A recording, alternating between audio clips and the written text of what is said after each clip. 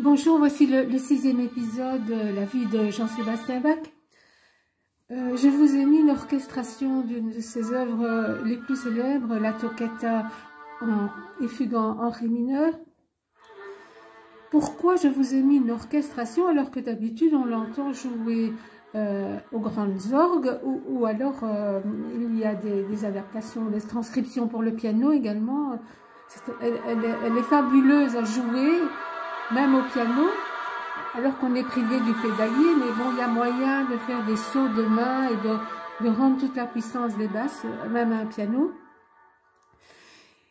Eh bien, je vous ai mis une orchestration moderne, parce que bon, c'est Léopold Stokowski qui a adapté dans les années 1950 une œuvre qui a été écrite en 1708 ou 1709 par Jean-Sébastien Bach.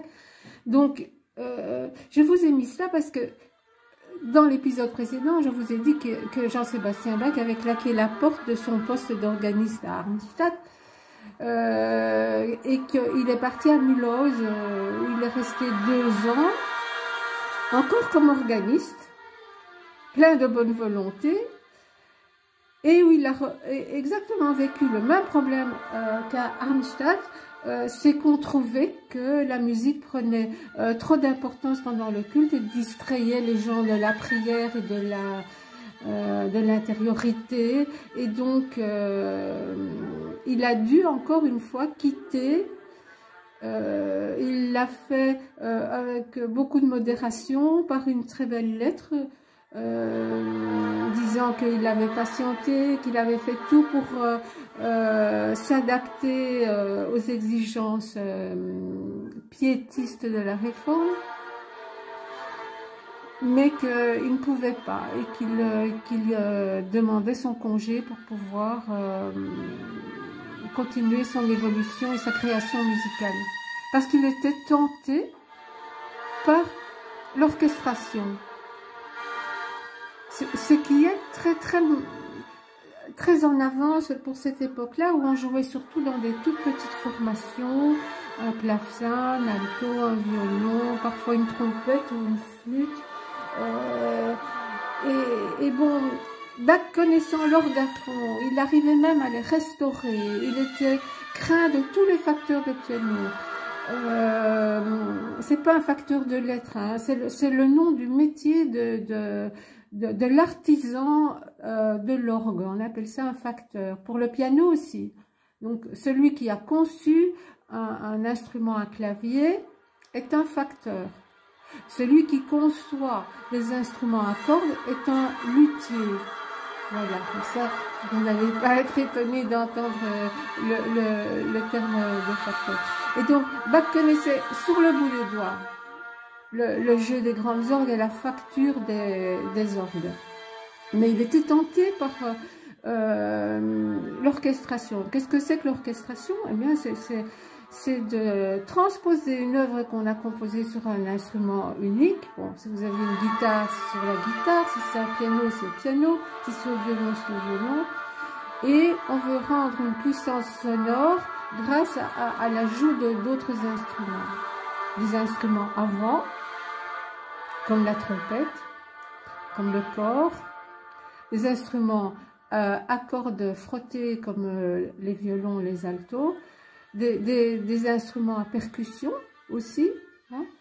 Et donc voilà, il faut mettre tous ces instruments en harmonie les uns aux autres, ne pas lasser, et donc faire intervenir les uns puis les autres, et alors on a besoin pour ça d'un chef d'orchestre. Jusqu'à l'époque de Jean-Sébastien Bach, on dirigeait, parce que Lully le faisait déjà à la cour de France, du roi de Louis XIV, dont je vous ai parlé, avec un bâton. On tapait le bâton qui résonnait sur le sol, et les musiciens savaient, avec un geste évidemment, un regard du chef d'orchestre, quand ils devaient jouer leur phrase musicale. Après, on est passé à la main. Et alors, plus près de nous, on a ajouté une baguette à la main pour qu'on voie mieux, que le geste soit plus ample et que tous les musiciens puissent suivre le rythme. Et en fait, qu'est-ce que la main, qu'est-ce que le bâton, qu'est-ce que la baguette fait? Elle marque les temps. Est-ce que c'est en 4 temps, en 3 temps, en 2 temps, en 1 temps? Et la main gauche, elle montre les nuances. Donc, si ça doit être fort, eh bien, la main va aller chercher un geste qui indique au musicien qu'il doit jouer plus fort. Et parfois, le chef d'orchestre met le doigt sur la bouche pour bien montrer qu'il faut jouer tout doux. Voilà.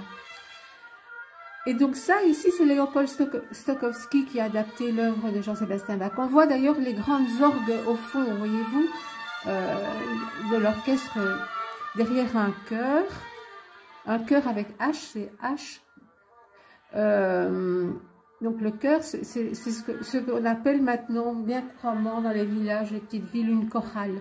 Donc ce sont des musiciens chanteurs qui emploient leur voix comme instrument, mais qui l'emploient exactement comme un instrument. Donc il y a un chef de chœur qui bat aussi la mesure et qui fait intervenir les chanteurs. Et les chanteurs chantent en général à 4 voix différentes. Ça veut dire que les uns font un do, quand d'autres font un mi, quand le troisième fait un sol, et qu'un quatrième ferait par exemple un si bémol. Et donc tout ça doit être orchestré, mis sur papier par un chef de chœur ou un chef d'orchestre. Et puis alors il y a des répétitions de groupe. Une petite formation de chambre compte une vingtaine de musiciens. Ou alors vous pouvez simplement faire une petite orchestration en trio, en quatuor, ce qui nécessite moins de répétition. Voilà. Eh bien, nous allons un peu rentrer dans la vie privée de Jean-Sébastien Bach parce qu'il se marie. Il avait rencontré sa cousine Barbara chez un logeur. Une petite cousine. C'est encore l'époque où on pouvait épouser ses cousins et ses cousines. Voilà, elle s'appelait Barbara.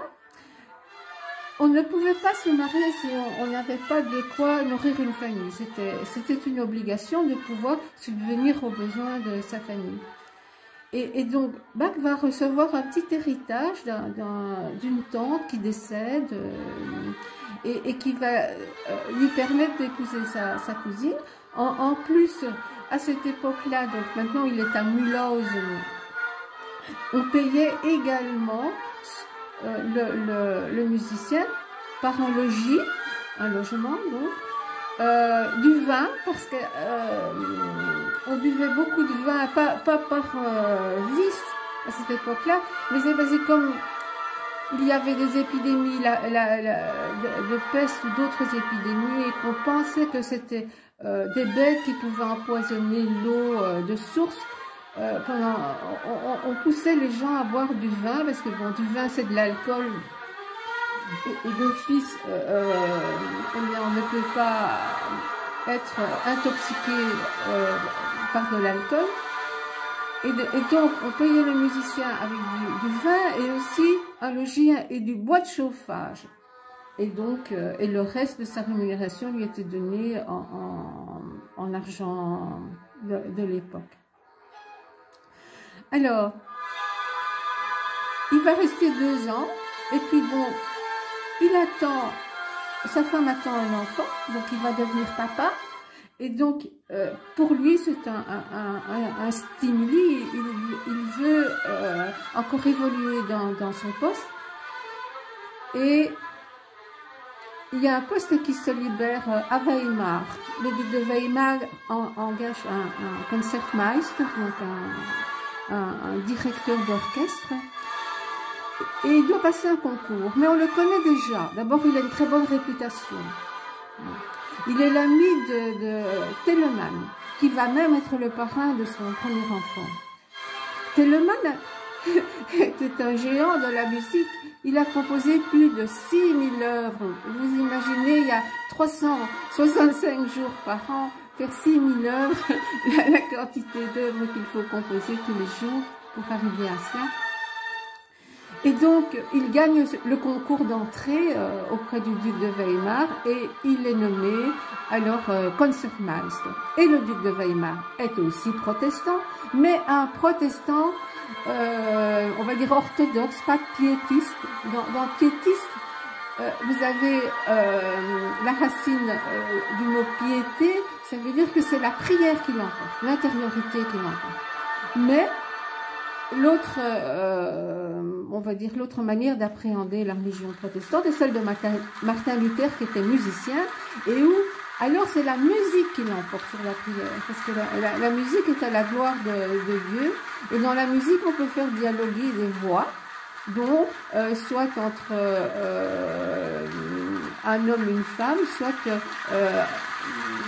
disons en transcendance entre Dieu et le sujet qui s'adresse à lui. Alors, nous allons nous quitter parce que M. Léopold Stokowski a terminé son concert.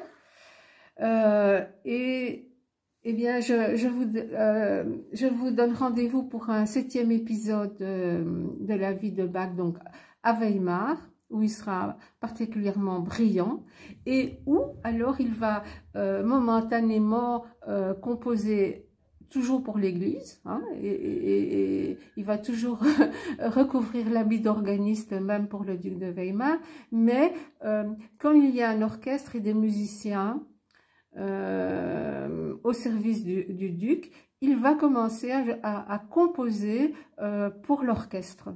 Et donc c'est une nouvelle expérience pour lui.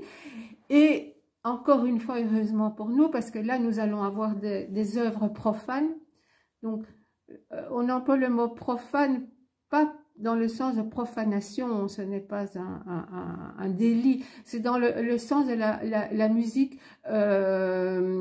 habituelle, la musique de cour, la musique qui fait danser, la musique qui divertit. Alors on appelle ça de la musique profane. L'autre pendant est la musique sacrée, donc la musique au service de la religion.